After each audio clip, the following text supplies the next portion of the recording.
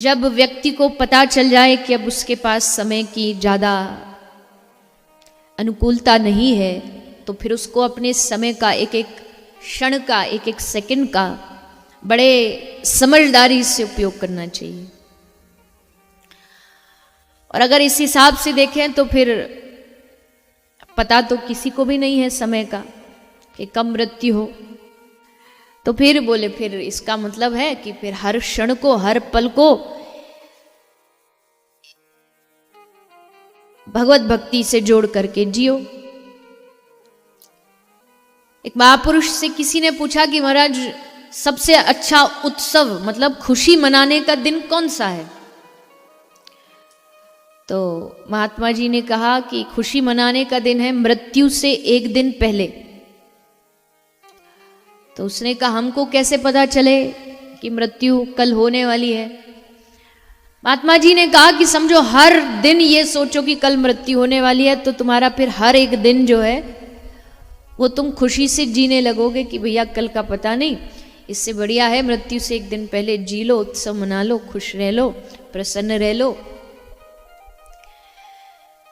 तो राजा परीक्षित ने भी सोच लिया कि ये 7 दिन रो रो करके नहीं गुजारेंगे, क्योंकि जब जिसको पता चला मरने वाला तो पूरा दिन भर रात भर रो रो के ही बिता देगा, है हम मरने वाले, हम जाने वाले। तो राजा परीक्षित ने सोचा ऐसी बेकार में इस समय को हम बर्बाद नहीं करेंगे, संतों की शरण में जाएंगे। संत संकल्प ले लें उद्धार का तो एक क्षण में भी उद्धार कर देते हैं।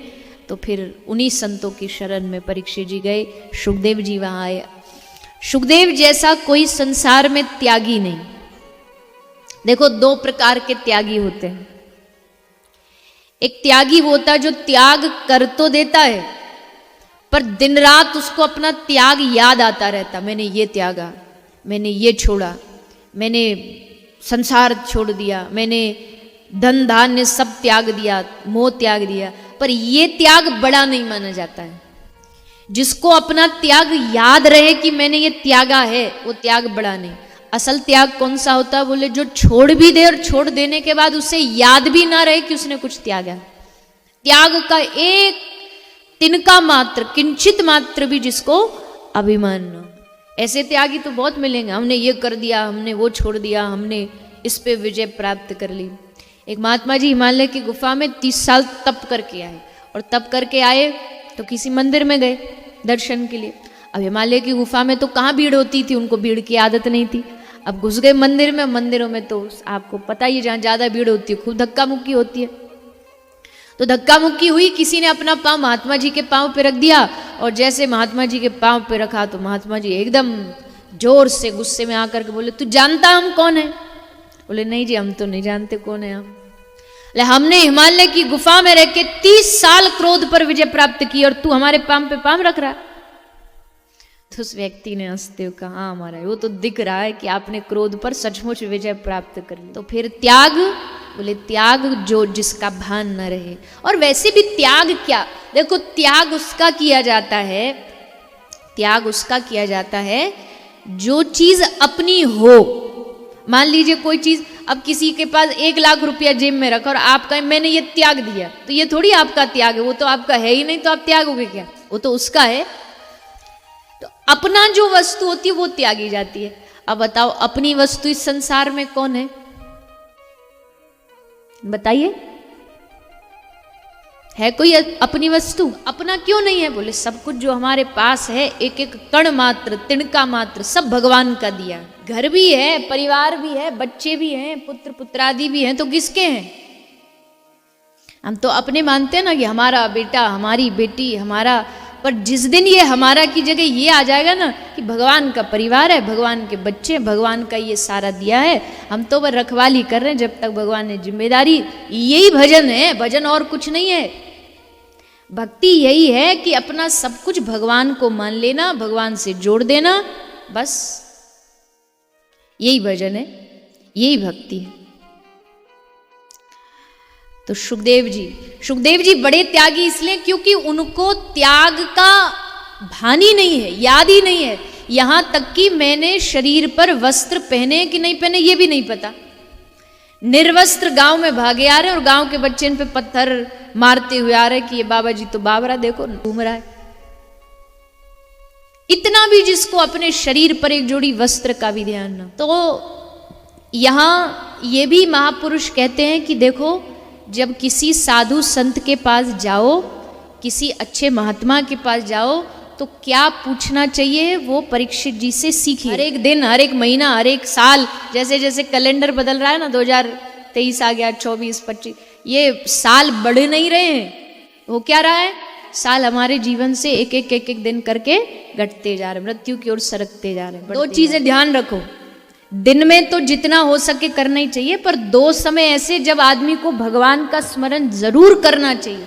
एक तो सुबह जब जागते हैं, जीवन की सुबह जब हो तो भगवान को याद करके हो, और जब रात्रि को सो रहे हो तो रात को सोते समय बेचैनी के साथ नहीं, भगवान को धन्यवाद दे करके, उनको प्रणाम करके फिर सोया। बड़े बड़े धनवानों को देखा 50-50 हजार, लाख रुपया के गद्दा पे सोते हैं, पर सोने के लिए पूरी रात करवट बदलते हैं, नींद आ जाए, नींद आ जाए। जब नहीं आती तो फिर नींद की गोली खाते हैं कि भगवान थोड़ा तो रात को नींद आ जाए।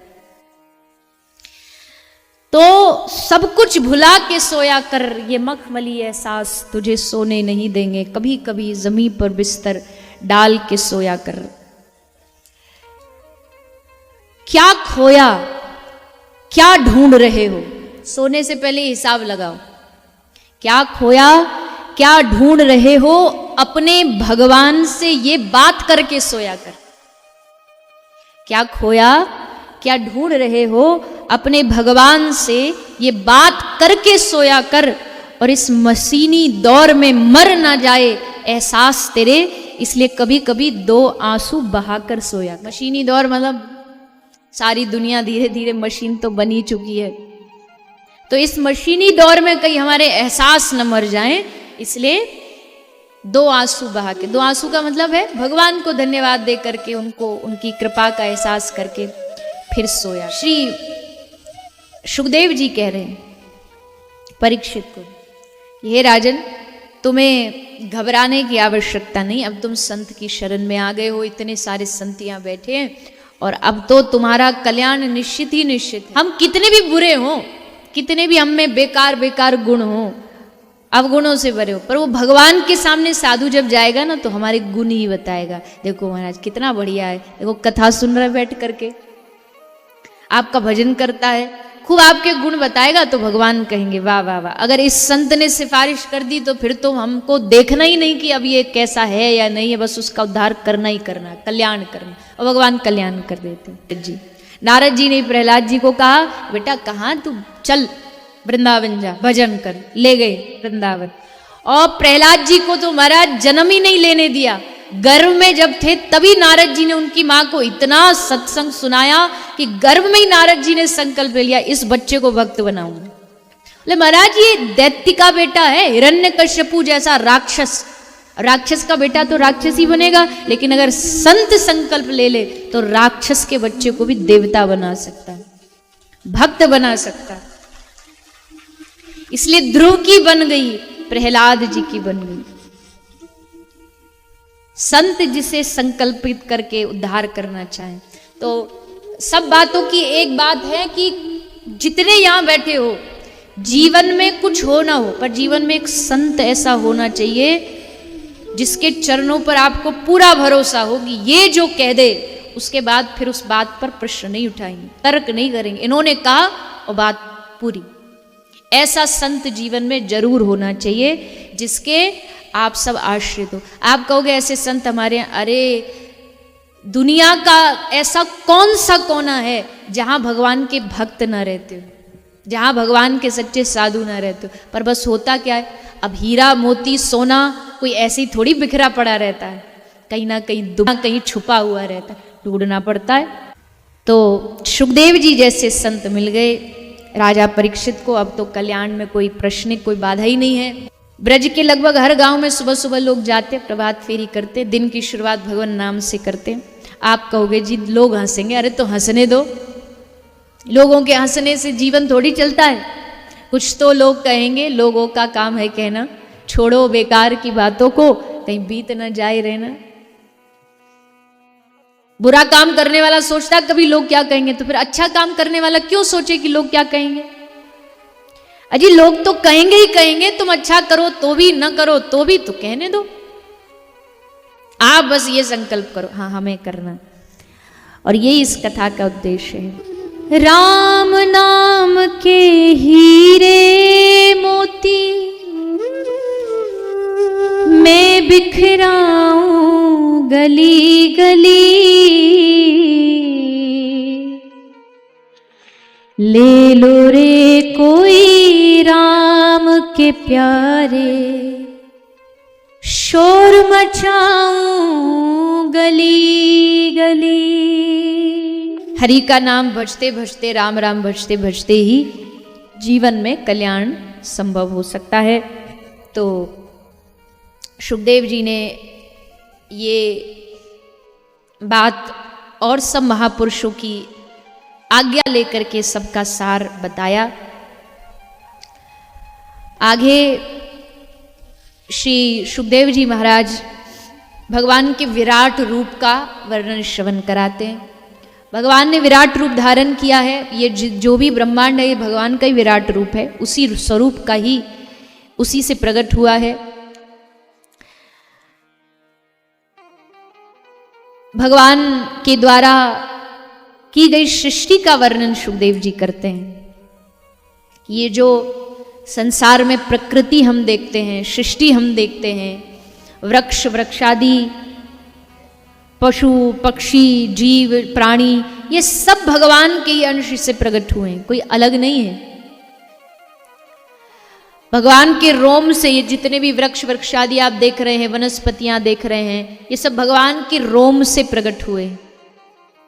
पशु पक्षियों को खाना ये मानवों को शोभा नहीं देता है, ये उनके जीवन का अंग नहीं होना चाहिए। पशु पक्षी खाने के लिए पशु पक्षी ही बने, किसको क्या खाना हो भगवान ने निर्धारित किया हुआ। अब शाकाहारी बनो, ये प्रवचन मैं किसी शेर को जाके दूं तो सुनेगा मेरी बात? मैं प्रवचन देने जाऊं तो मुझे और न छोड़े। पर मानव मनुष्य तो समझ सकते हैं ना, मनुष्यों के पास तो समझने की शक्ति है, बुद्धि है, समझदारी है। और वैसे भी मनुष्य अपने आगे किसी को मानता कहाँ है, उसे लगता है हमसे बड़ा बुद्धिमान कौन है, तो फिर बुद्धिमान जैसे कार्य भी तो करो। बुद्धिमान जैसे कार्य कैसे करे? बुद्धिमान एक सच्चा जो बुद्धिमान व्यक्ति होगा, एक सच्चा जो मानव होगा, शरीर से तो छोड़ दो, मन से भी कभी किसी दूसरे प्राणी को, जीव को मारने की मन में सोचेगा भी नहीं। सोचते ही शरीर काम जाएगा, ना ना ना ना। इसका परिणाम बड़ा भयानक होने वाला है, बड़ा भयंकर होने वाला है। बख्शा नहीं जाएगा कोई भी जो जीव जंतु पशु पक्षियों को मार देता है, बख्शा नहीं जाएगा। एक दिन परिणाम भुगतना पड़ेगा।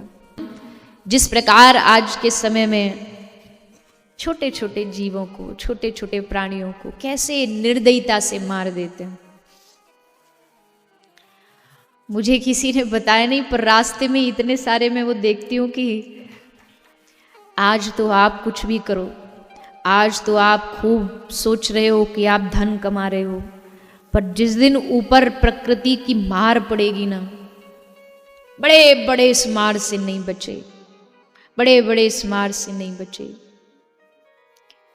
ये करने वाले सावधान हो जाएं, ये खाने वाले सावधान हो जाएं।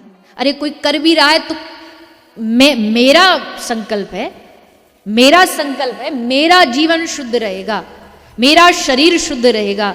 आप बुरा नहीं मानिएगा, पर जो खाता है ना कोई जीव जंतु पशु पक्षी को जो अपना भोजन बनाता है, वो चलता फिरता हुआ एक शमशान घाट है, चलता फिरता शमशान। शमशान में भी तो यही होता है, शमशान में पशुओं को जिंदा जो मर गए उनको दफनाया जाता है, जलाया जाता है। हमने यही किया, हमने भी उसको अपने शरीर में दफना लिया, पेट को उधर को शमशान बना लिया, चलता फिरता शमशान घूमता है। अब कितना भी नहा लो, कितना भी कुछ कर लो, गंगा जल छिड़क लो, रहोगे अपवित्र। इसलिए सावधान। नहीं देख रहा कोई, नहीं परिणाम मिल रहा, आज नहीं मिल रहा, एक दिन मिलेगा, जरूर मिलेगा, 100% मिलेगा। और जब मिलेगा और जब हम चीखेंगे, रोएंगे, चिल्लाएंगे तो उस समय सुनने वाला कोई नहीं हो। संसार में कोई गलत काम करता है, जेल जाता है, जेल जाकर के फिर फांसी की सजा मिलती है, दंड मिलता है। जेल में क्या क्या होता है हम सुनते हैं कि ऐसा होता है, ऐसा। यहाँ के जो जेल है ना, उनके जो जेलर जो रहते हैं या जल्लाद जिनको बोलते हैं फांसी पर चढ़ाते, उनमें तो फिर भी दिल होता है, थोड़ा बहुत बख्श देते हैं कि चलो भैया कोई नहीं, थोड़ा कर दो। पर वहाँ के जो यमराज के जो है ना यमदूत, उनमें दिल नहीं है, पत्थर है, पत्थर। उनको बनाया ही इसलिए जाता है, ये जो ये करके आए ना दुनिया धरती पर, जो दूसरों को मार के, कष्ट दे के, चुरा घोप के, उन सब का जो परिणाम है वहां भुगतना पड़ता है। इस जन्म में होता है, कई बार होता है। हम देखते हैं कई आदमी गलत काम करते पर बड़ी मौज में, बढ़िया बंगला है, गाड़ी है, नौकर है, चाकर है, बढ़िया धंधा चल रहा है, खूब शराब का धंधा देखो, करोड़ों करोड़ों अरबों अरबों लोग, उनको लगता है हाँ बड़ा मजा है, बड़ा। दूसरे देखने वाले भी कहेंगे अरे देखो आप कहते हो कि बुरा काम करने से बुरा, इसके तो कितने मजे। ये मजे नहीं है, ये मजा आगे जाके इतनी बड़ी सजा बन जाएगा ना, आप सोच नहीं सकते। अभी मजा दिख रहा है बाहर से, यहाँ भैया बड़ा मजा है, पर ये मजा नहीं है, इसका परिणाम भुगतना पड़ेगा। भगवान कहते कोई छोटा मोटा अपराध हो तो मैं माफ कर दूं, क्षमा कर दूं, पर इतना बड़ा अपराध जहां तुमको पता है कि एक जीव की गर्दन काटी जा रही है, वो तड़प रहा है, वो चीख रहा है, कोई एक यहाँ इतने खड़े किसी एक के भीतर सद्बुद्धि आ जाए और वो कह दे कि नहीं काम मत करो, ये जीव को मत मारो। अरे इसके भीतर भी तो आत्मा है, हड्डी उसके भीतर है, साइज में कोई डिफरेंस नहीं है। शास्त्र कहता है एक बाल के नोक के 10,000 हिस्से किए जाए, उसके एक हिस्से के बराबर आत्मा होती है। हमारे अंदर भी वही साइज है, चींटी के अंदर भी वही है, एक मुर्गा मुर्गी के अंदर भी वही है, हाथी के अंदर भी वही है, शेर के अंदर भी वही है, किसी में अंतर नहीं।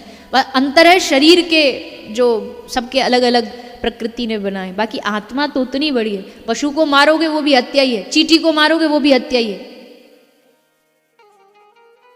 इसलिए इससे बचिए, जरूर बचिए। न खुद इसका ग्रहण करिए, ना अपने जानने वाले, ना अपने बच्चे, ना अपने छोटे छोटे बालक, उनको जाकर के परोस देते हो। बेचारे छोटे बच्चे जानते भी नहीं क्या खा रहे हैं। कौन चाहेगा कि हमारे बच्चे को आगे चल करके नरक वास मिले, पर आप तो खुद नरक का रास्ता तैयार कर रहे हो उसके लिए खिला खिला के। इसलिए चलो भक्त बनना छोड़ो, इंसान बनने के लिए भी तो हृदय में दया चाहिए। इसलिए इससे सबको बचना है, सबको, मतलब जितने यहाँ कथा सुनने आए हो इनको तो बचना ही बचना है, बाहर वाले जाने, पर जो कथा से जुड़ा है उसको सोचना है। सब वो खाओ, मीठा खाओ, मिष्ठान खाओ, रबड़ी जलेबी लड्डू खाओ। ये काय को किसी का मांस खून ये सब खा करके क्या हासिल कर लेंगे हम, क्या पालेंगे? कोई सोच सकता है? एक रक्त की बूंद भी कहीं हमारे शरीर में चली जाए किसी दूसरे की भोजन के द्वारा तो कितना बड़ा जघन्य अपराध कर रहे हैं। उसी पशु पक्षी के पेट में मल मूत्र सब भरा हुआ है, उसी को खा रहे हैं। ये कहाँ की मानवता है? ये पिशाची, ये दैत्यता को छोड़ना चाहिए, सबको छोड़ना चाहिए। अरे भैया मानव जीवन मिला है, बड़े भाग्य मानुष तन पावा। कितने जन्मों तक रोते रोते बिलकते बिलकते आए कि भगवान एक बार मौका दे दो, प्रभु एक बार मानव बना दो। पशु बन के कैसे पाऊंगा आपको? कहाँ भजन करूंगा? मानव बनूंगा तो थोड़ा भजन करूंगा, सात्विक जीवन जीऊंगा। और यहाँ के क्या किया? इस जीवन को भी कीचड़ और नरक बना लिया। इसलिए देखो भैया, हम तो कह ही सकते हैं, मानो न मानो खुशी आपकी, कहना हमारा अधिकार है। और कहने का भी अपना एक पुण्य होता तो उसको क्यों छोड़े? हम तो निवेदन ही कर सकते, बाकी मानने न मानने वाले तो सुनने वाले होते। मैं हर कथा में निवेदन करती हूँ, आप मैया अपने बालक को मारने पे खुश नहीं हो सकती तो जगत जननी जो माँ दुर्गा, जो काली है, वो भला अपने बच्चों को मार करके कैसे खुश हो सकती? बताइए जरा। कौन माँ चाहेगी कि हमारा बच्चा मारा जाए सामने और हम इसकी इच्छा पूरी, अपनी मनोकामना पूरी, पुत्र प्राप्ति, ये फलानी प्राप्ति, इसके लिए ये करो। अरे दूसरे को कष्ट दे के तुम कैसे सुख पालोगे? तुम्हारा बच्चा हो भी गया, बेटा हो भी गया किसी दूसरे के बच्चे को मार के, तो क्या वो बच्चा कभी आगे भविष्य में जाकर के तुम्हारा उद्धार करेगा? कभी नहीं कर सकता। आप कहोगे जी नहीं, बलि तो शास्त्रों में हमने बड़े जैसे कोई बड़े बड़े शास्त्र पढ़ रखे, बातें भी तो लोग ऐसी करते। अपनी कमियों की बलि चढ़ाओ, तब देखो देवी माँ कितनी प्रसन्न होती है। ये सब पाप है, इनको पुण्य का नाम मत दीजिए, सब पाप है। किसी जीव को मारना पाप है, बस सीधी सी बात है। किसी भी तरीके से मारो, देने वाला जीवन अगर भगवान है तो लेने वाला वही है। हम किसी का जीवन छीन नहीं सकते अगर हमें देने का अधिकार नहीं है तो। किसी को जीवन दे सकते हैं हम, फिर लेने का अधिकार किसने दिया हमें? किसी के जीव के प्राणी का लेने का अधिकार भी नहीं है। इसलिए बस एक छोटा सा निवेदन है, और मुझे लगता है कथा सुनकर के एक व्यक्ति ने भी अगर अपने आहार को शुद्ध कर लिया, आहार शुद्ध में बहुत सारी चीज आती है, ये तो बहुत बड़ी बात है मांसाहार खाना। तो छोटी छोटी चीज भी आहार शुद्धि के लिए महापुरुष कहते हैं, प्याज मत खाओ, लहसुन मत खाओ, ये मत खाओ, वो मत खाओ। अरे उतना तक पहुंचना तो बड़ी दूर की बात, पहले इतना बड़ा पाप तो छोड़ दें हम। जरा से क्षणिक स्वाद की लोलुपता, जीभ नचाती है, ये चाहिए, वो चाहिए, फलाना चाहिए, फलाना चाहिए। क्षणिक स्वाद के लिए कितना बड़ा अपराध छाती पे धर लेते हैं। तो जीभ है, इसको जैसा स्वाद दे दोगे वैसे बन जाए। अब बहुत से लोग हमसे पूछते हैं, बिना प्याज की सब्जी कैसे खा लेते हो? क्यों, क्या उसमें कुछ और होता नहीं कि खा नहीं सकते? बोले हमको तो कुछ रुचि आती नहीं, मजा आता नहीं। एक घर में सब लोग नियम ले लो, जितने भी यहाँ बैठे हो, बिना भगवान को भोग लगाए भोजन नहीं करोगे, ये हर घर का नियम होना चाहिए।